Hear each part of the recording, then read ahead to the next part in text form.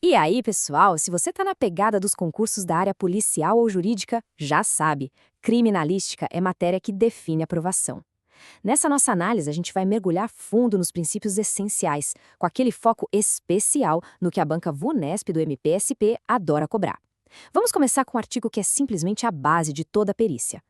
Olha só, já começamos com a regra de ouro, o artigo 158 do Código de Processo Penal. E o que ele diz é basicamente o seguinte: se o crime deixou rastro, a perícia é obrigatória. Ponto. Nem mesmo o cara confessando o crime pode substituir o laudo pericial. Isso mostra o peso da prova técnica.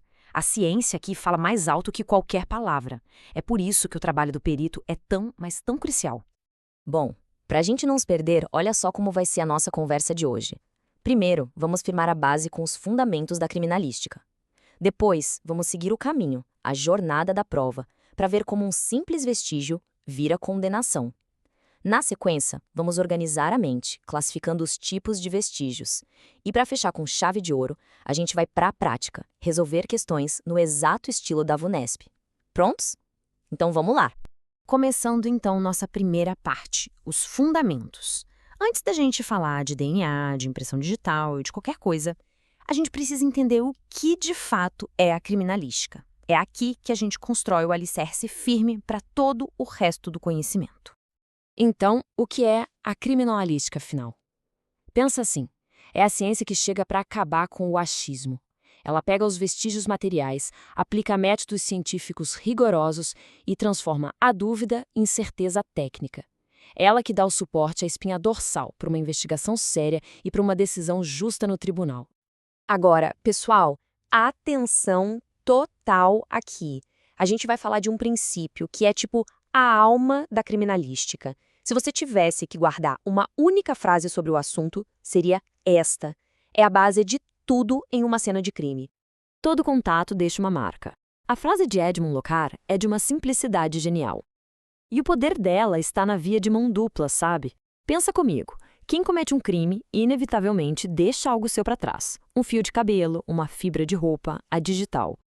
E ao mesmo tempo, ele também leva algo da cena com ele. Pode ser lama no sapato, um pelo do cachorro da casa.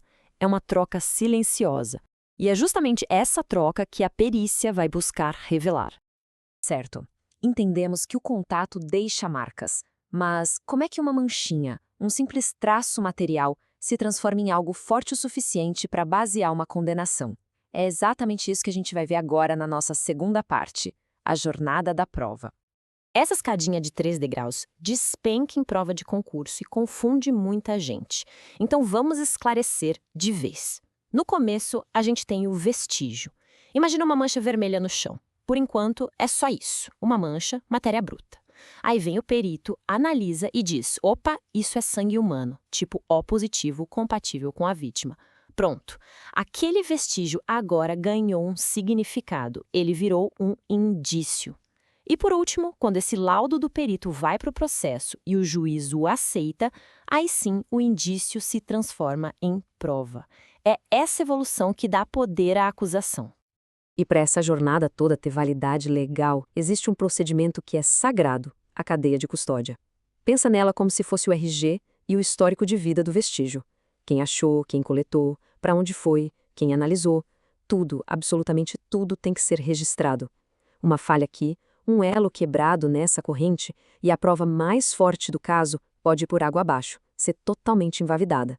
É a garantia de que o juiz vê é exatamente o que estava na cena do crime. Beleza, já entendemos os princípios e como o vestígio vira prova. Agora, vamos dar nome aos bois. A gente vai mergulhar nos diferentes tipos de vestígios. Saber classificar cada pista é um conhecimento fundamental e, claro, muito cobrado nos concursos.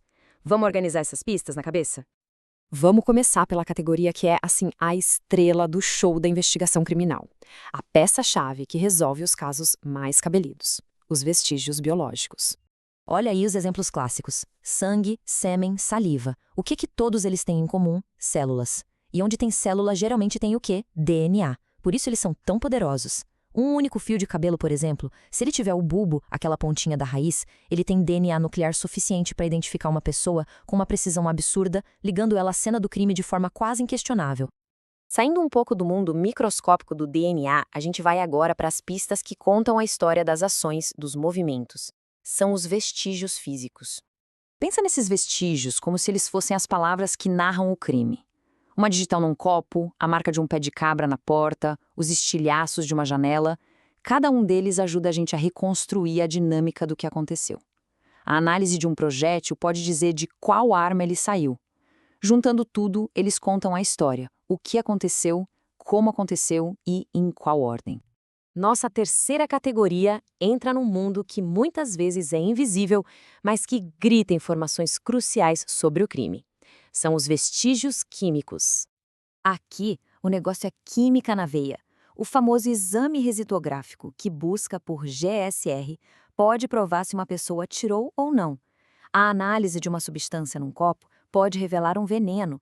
No incêndio, se o perito acha vestígios de gasolina, isso pode provar que o fogo foi criminoso. A química forense literalmente revela os ingredientes do crime.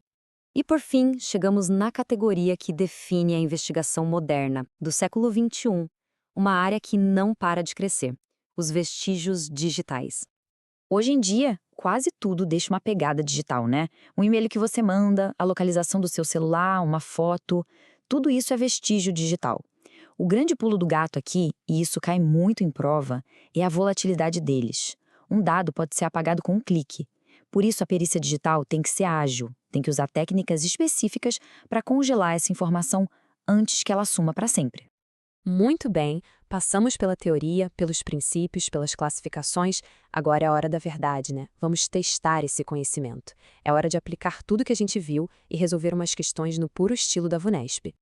Vamos lá, primeira questão na tela. A afirmação diz que dá para transportar um vestígio sem documentar nada, contando que ele esteja num potinho adequado, bem lacrado. Pensa com calma. Um recipiente seguro já resolve tudo? Lembra do que a gente falou sobre a biografia do vestígio, a cadeia de custódia? E aí, certo ou errado? E a resposta é errado. Essa é uma pegadinha clássica de concurso. O recipiente certo evita a contaminação física, beleza, mas é a documentação, o registro de cada passo que garante a validade jurídica. Sem esse registro, a defesa pode simplesmente alegar que a prova foi trocada no caminho. E aí, já era, ela perde todo o valor no tribunal. Segunda questão. A banca está afirmando que resíduos de pólvora e drogas são classificados como vestígios digitais. Essa salada de frutas está certa? Pensa na natureza de cada um desses materiais. Resposta completamente errado. Aqui a gente tem um erro de classificação bem básico, mas que, acredite, derruba muito candidato desatento. Pólvora e drogas são substâncias químicas, analisadas por suas moléculas. Portanto, são vestígios químicos. Vestígios digitais são informação, são bits e bytes. A diferença é total. E, para a gente fechar, fica uma reflexão. A gente viu técnica, classificação, procedimento, mas no fim do dia, o que tudo isso significa? Significa que a aplicação correta de cada um desses conceitos é a linha, muitas vezes tênue, que separa a justiça de um erro judicial terrível. Respeitar a cadeia de custódia, interpretar um vestígio corretamente, isso não é mero detalhe técnico, é a garantia de que a ciência está de fato a serviço da verdade. Pensem nisso, tá? Força nos estudos e a gente se vê na próxima.